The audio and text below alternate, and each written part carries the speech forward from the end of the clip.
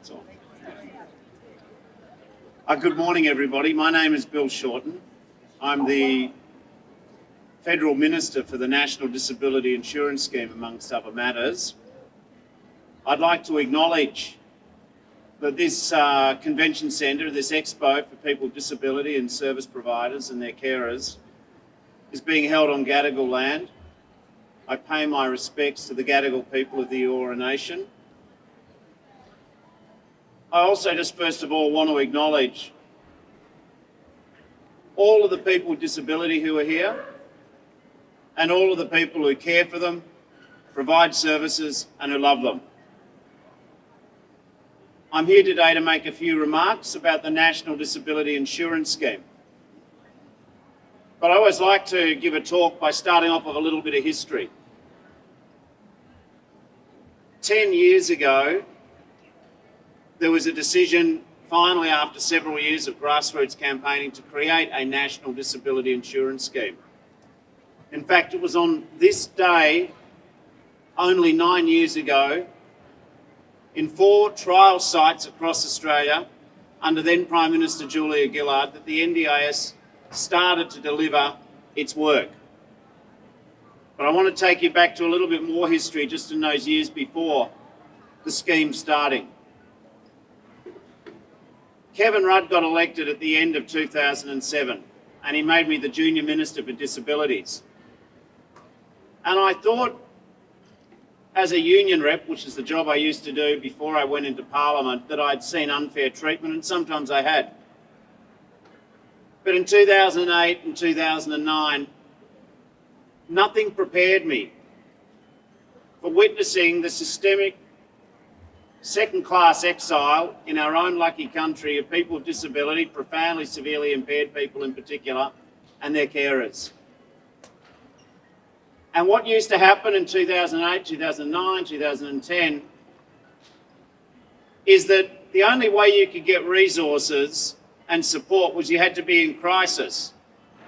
And the more crisis you got into, then you would probably get more support. And what I discovered is that people with disability are doing amazing things, and their families, but they're often treated as invisible in the rest of the national political debate. Never on the media, except when it was crisis. Never on the media, except for remarkable charity efforts. So there was this almost fantasy view that people with disability are different. My diagnosis, though, drew a different conclusion. Disability is a fact of life. You can acquire it at birth, in the genetic lottery. You can acquire it in the blink of an eye on a country road, late at night driving. You can acquire it just through the onset of ageing. Disability is any of us at any time. The real problem with disability in Australia is a lack of money and a lack of power. You might argue that's the problem generally in life, but disability was no exception. So we got to thinking, working with grassroots activists, mums, those carers in their 80s up at midnight, anxious for who will look after their adult child, the tired and exhausted disability support workers, people with disability, time poor, just trying to make ends meet. And each individual on their own didn't have a lot of power, but together we became something different, a lot more significant. And with Prime Minister Julia Gillard and my colleague Jenny Macklin, the Labor Minister, and myself, and thousands of people with service providers, unions, employers, people with disability first and foremost, we organised around one idea, a National Disability Insurance Scheme. The notion that modest packages of individual support would allow people with disability to be consumers, not just treated as charity. The idea that if you could pull together a significant enough amount of money in totality, it will attract new business. It'll mean that disability carers working in the sector can make a living. It was a rising tide which would lift all boats. So it was a great idea.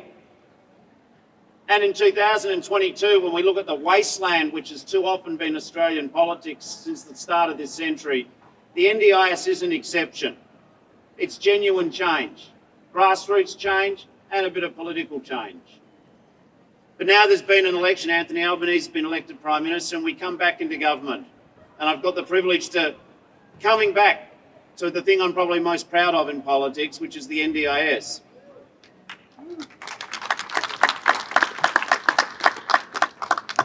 But I'm gravely concerned that the NDIS, which we wanted to create, has gone off track. There's a lot of good things happening in it, no question, which is great. A lot of success stories. But I am gravely worried that for people working to get their packages on the NDIS, it's become a second full-time job. This is wrong. I'm gravely worried, as I spoke to a very nice lady and her mum here earlier, just as coming up here. She looks after her mum in her 60s, had a stroke, she's looked after her since the age of 4. Every year she has to, on behalf her and her mother, have that anxiety as one package finishes. They have to prove again from the start that she hasn't got any better. The stroke is the stroke is the stroke, and the consequences of the consequences are the consequences. And this is not fair. We set the scheme up to relieve the midnight anxiety of ageing carers who will look after their adult child. We set up the scheme to give people with profound and severe impairment choice and control, and instead it's becoming a bureaucratic maze, a nightmare.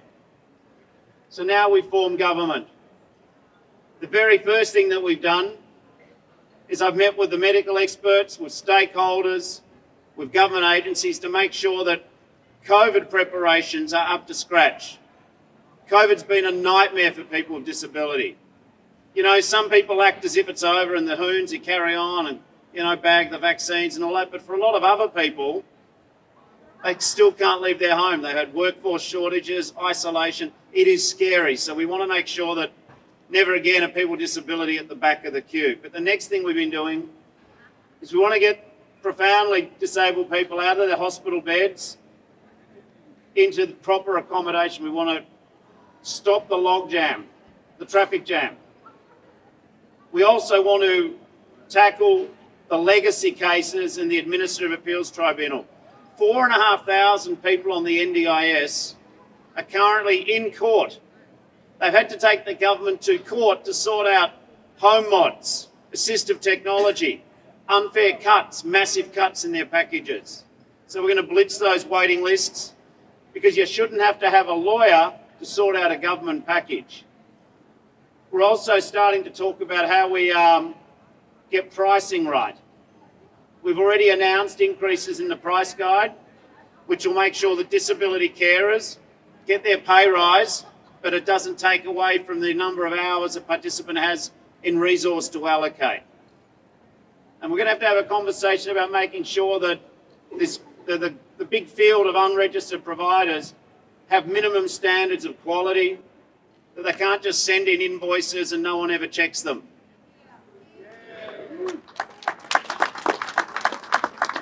Tell them, Bill, come on. Underpinning all of this has to be co-designed with people with disability. There's a lot of good people working at the disability agency, in the service providers, in the advocates, the carers, people with disability, all doing great things. But at the moment, the way that we all talk to each other is not working properly. The fact that when you talk to a planner to set up your plan, if you ring back in 6 months, they're gone and it's someone else. The fact that when you talk to your local area coordinator, some of them are brilliant, but some of them are very new on the job. The fact that when we have complex cases, we're only looking at a person's primary diagnosis. The point about impairment is it's not just functional impairment, it's your environment. And the point about the NDS is a third leg to this, which is how about your dreams? I just want to promise you that there's a lot to be done. We want to tackle some of the issues in the too hard basket, the court cases, the housing blockages for approval, the hospital beds being blocked up, the people in aged care who would like to have an alternative. We want to talk about how we train up the workforce, how the workforce is properly remunerated, and we want accountability. So the shonkies, the people ripping off both people with disabilities and the taxpayers, get their comeuppance. But all of this is underpinned by one proposition. We seek to restore trust. We seek to make the NDIS the best scheme in the world. Because only when we have the best deal for people with disability in the world, only then can we relieve that midnight anxiety. This country shouldn't be just measured by the number of billionaires and the number of gold medals. It should be measured by how we treat the most vulnerable and most powerless in our nation. The NDIS is a test of the nation that we want to see in the mirror.